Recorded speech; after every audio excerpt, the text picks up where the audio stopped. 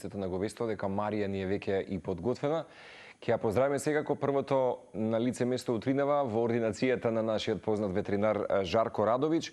Марија, ќе го поздравиш многу, тоа беше и спасителот на мои миленици во некои дамнешни времења, меѓутоа одлично е што во пресрет на новата календарска пролетна сезона ќе може да говориме секако за сезоната на крлежи. Ќе наговестам и ќе најавам за сите кои што не следат редовно во овие редовни наши утрински на Телма. Следна недела ќе говориме повторно за лајмската болест или шманијата, која што за жал некој пат е предизвикана и кај животните и кај човекот од убодот од крлежи. Меѓутоа и за тоа ќе начнете повеќе секако со Жарко Радовиќ. Ние ќе најавиме утринска тема следната седмица. Сезон на крлежи, да, во моментот ќе се случи експанзија вистина. Како да ги заштитиме нашите миленици, верувам дека ќе биде од корист да се слушнат неколку добри совети утринава. Уште еднаш добро утро. Добро утро, Марко, и до тебе. Тукму така, верувам дека овие утрински совети ќе бидат од корист за сите оние собственици на миленици со оглед на тоа дека станува збора за сезона на крлежи. Важно е да знаеме како да ги заштитиме нашите миленици, но и кои се оние први симптоми кои што се пројавуваат доколку нашето милениче има крлеж. Многу повеќе на оваа тема во продолжение ќе слушнеме од мој денешен гостин, ветеринар Жарко Радовиќ. Добро утро и добро дојдовте во утринската на Телма. Добро утро, добро најдов. Ето, драго ми е што имаме можност да говориме на една актуелна тема во однос на самите миленици. Ќе прашам кои се оние први знаци кои кажуваат на тоа дека нашиот миреник има крлеж? Нема знаци.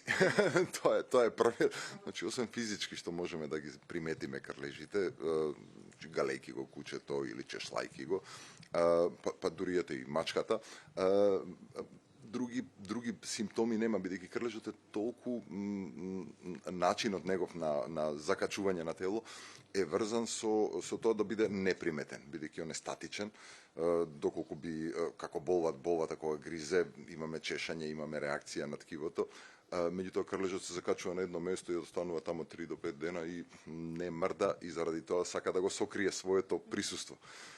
Неговото, значи, иако он се забодува во самата кожа, чувство немаме никакво нити на непријатност, нити ние луѓето, ниту животните и никаков симптом не покажува. Значи нема сврап, нема реакција некаква на кожата која што можеме да ја приметиме онака оддалеку. Единствено, значи, со редовна инспекција и што е најбитно со редовно заштитување на животните, се бориме против крлежите. Може би верувам единствено од некое прекумерно чешање, невообичаено. Нема чешање, токму тоа, значи, иако они ја оштетуваат кожата далеку повеќе од болвите или од еден комарец има една мала рилка која што навлегува сосема малце, меѓутоа сепак организмот ние го чувствуваме убодот на комарецот.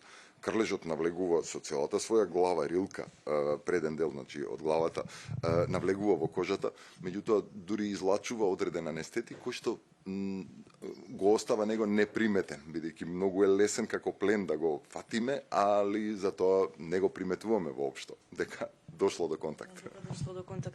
Кажете ми, како да ги заштитиме нашите миленици? Дали постојат некои препарати или пак можеби облека? Гледам дека некои вообичаено и собственици на миленици ги облакаат нивните мали кученца. Дали пак можеби тоа ги заштитува животните? Апсолутно не. Значи, облеката не помага воопшто. Кај човекот помага до некаде, бидејќи тоа би била облека, почнувајќи од кондури, чорапи, мада и тоа е крлежот полека го бара своето место, каде ќе се закачи, бидејќи тоа му е место за хранење за наредните денови.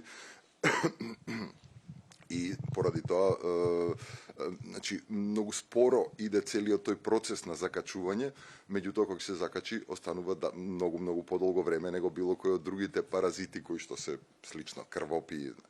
И поради тоа, значи, таквиот вид на заштита физички не постои. Единствено останува заштитата хемиска.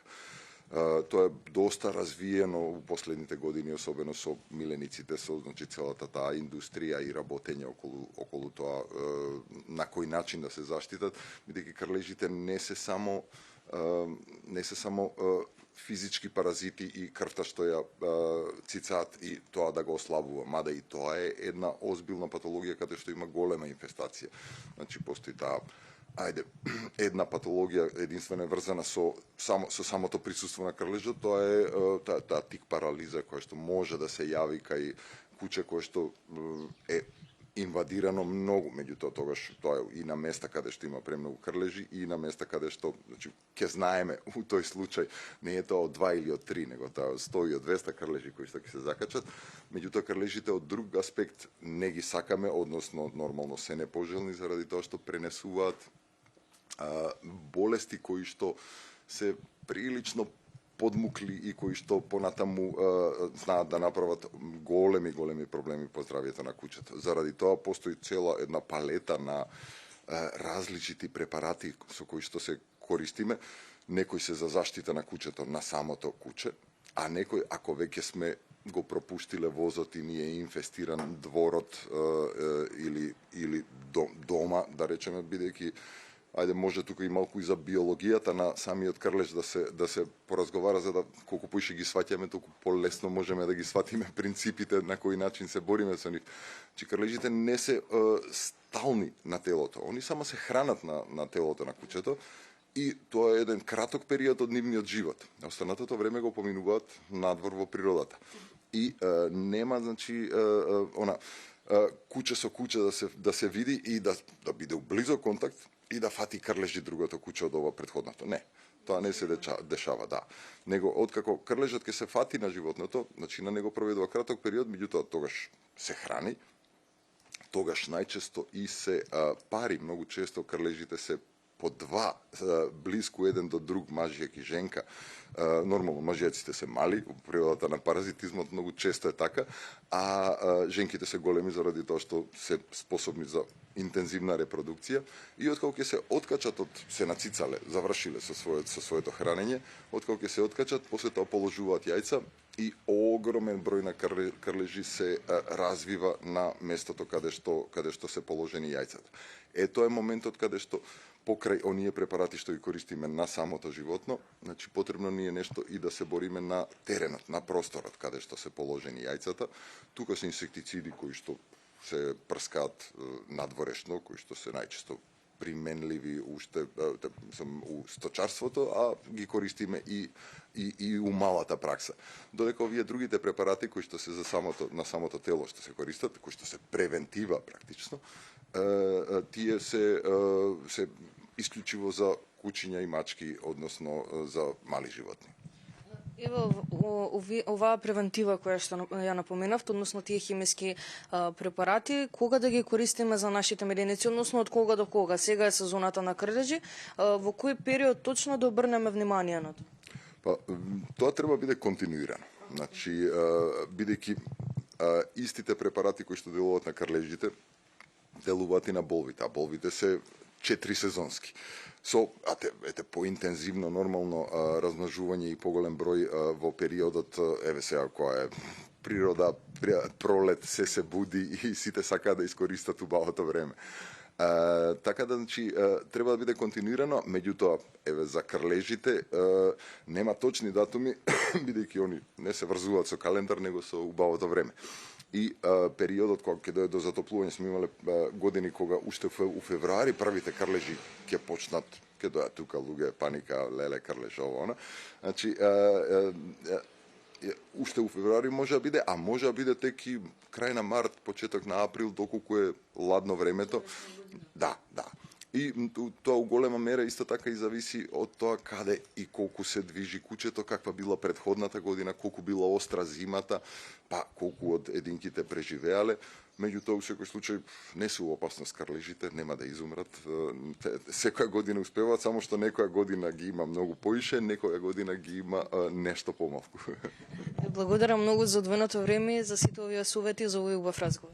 Фала ви на вас, се надевам корисно. Се надевам и јас корисно за нашите гледачи. Верувам дека им помогнавме на сите собственици на меленици како да ги заштитат своите меленици во оваа сезона на крлежи, но и најважно од се да се запамети дека всушност тие препарати, химиски препарати за заштита на нашите меленици од крлежи треба да се обрне внимание на нив и да се употребуваат континуирано во текот на целата година, со оглед на тоа дека штитат и од болви и од други штетници кои што штетат на нашите меленици.